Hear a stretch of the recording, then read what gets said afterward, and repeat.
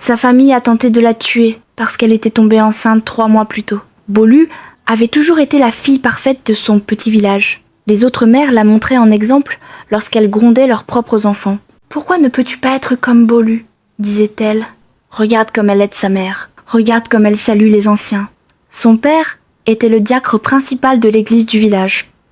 Sa mère dirigeait le groupe de prière des femmes. Le nom de la famille était respecté dans chaque recoin du village. Ils étaient très respectés. Bolu avait 17 ans et était belle. Elle n'avait jamais causé le moindre souci à ses parents.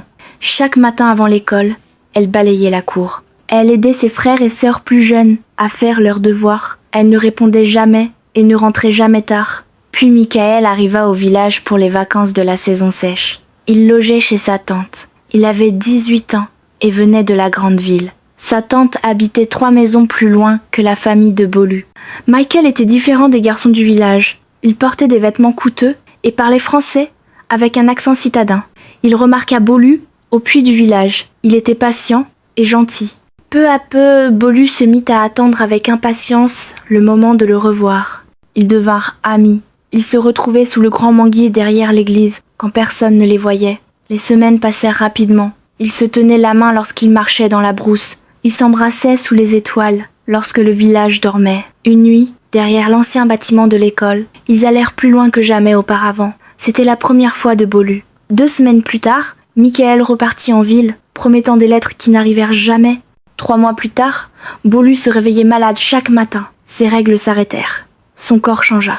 Elle était enceinte. Elle cacha d'abord la vérité, mais sa mère finit par s'en rendre compte. Lorsque son père l'apprit, il la gifla pour la première fois de sa vie. Elle avoua que Michael était le père, mais il était parti et ne la reconnaîtrait jamais. Sa famille devint froide. Son frère l'ignorait.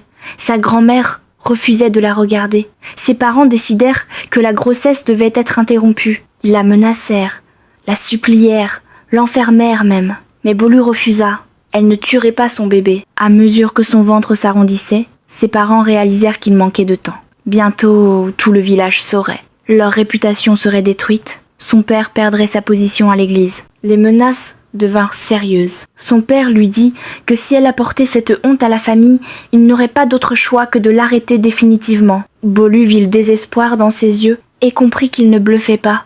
Un soir, sa mère lui apporta le dîner. La nourriture avait un goût étrange, mais Bolu avait faim et mangea tout. En moins d'1 heure, elle se sentit étourdie et somnolente. Ses paupières devinrent lourdes et elle ne put les garder ouvertes. Lorsque Bolu se réveilla, elle était allongée sur une natte. Dans une hutte inconnue, ses mains étaient attachées derrière son dos. À travers l'embrasure de la porte, elle vit ses parents parler avec une vieille femme. Celle-ci comptait de l'argent. Ils l'avaient amenée là pour un avortement forcé.